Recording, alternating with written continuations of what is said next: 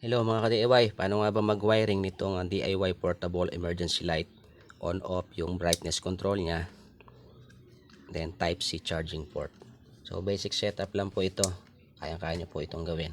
Umpisa po tayo dito sa type C charging port. Pag bumili po kayo nito online, may kasama ng wire. So ito may puto lang, ginamit ko kasi sa ibang project. So yung positive po niya, yung red, yung black, yung negative.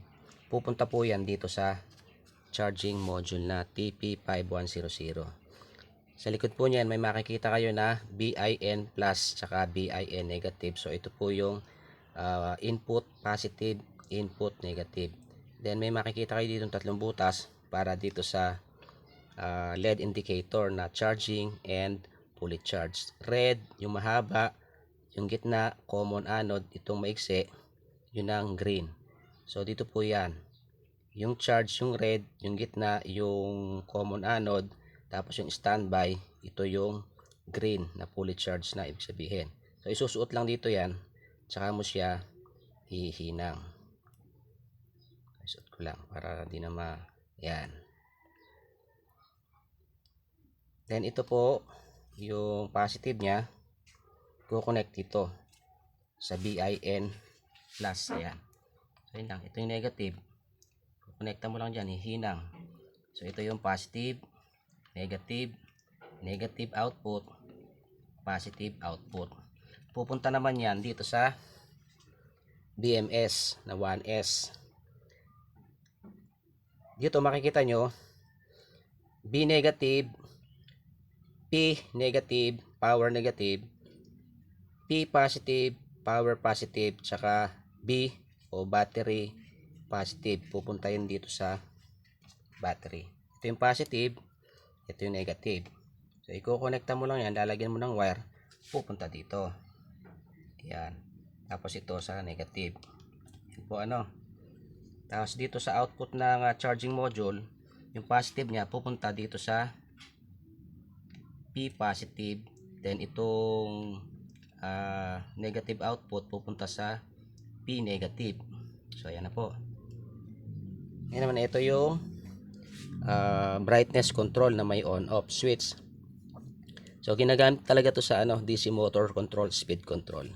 May makikita kayo dyan, power negative, ito, power positive, motor negative, tsaka motor positive, tsaka motor negative. So ito yung magkasama, ito yung magkasama. So susupply natin to para papailaw yung LED bulb. So, ito na nga yung on off niya tsaka speed control. So magagaling din yan dito sa BMS. So magkukunik ka ulit ng wire dyan, dito, pupunta yan sa power negative. Yan. Tapos itong power positive pupunta naman dito sa power positive ng speed controller. Yan. So maglo-loop tayo ha. So ibig sabihin nitong loop na to, hindi yan connected. So pupunta yan dito. So yan na. Ngayon naman para pumunta sa ilaw, ito yung receptacle. Yung positive, ito yung gitna. Yung negative, itong may thread. So ito yon. So kukonektahan mo lang yan. Sorry. Ng wire, ito yung positive, motor plus. So pupunta siya dito. So iikot ko na lang ha. Iikot ko. Yan. Para hindi kayo malito. Magwa-wire kayo, hihinang doon. So pupunta siya yan dito sa positive ng receptacle. Tapos yung motor negative, yan, pupunta naman yan sa negative ng receptacle. So dito yon. Ayan. So ayan, kompleto na po yan. Ang positive po kasi nitong LED bulb na to, itong gitna. Negative ito.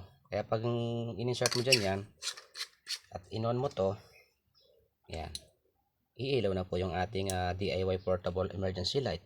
So ganyan lamang po yung basic wiring nito. So simple lang po yan. Kayang-kaya nyo po yung gawin. Yan, ganyan lang po siya. So yun lang mga ka-DIY. Thank you for watching and follow for more.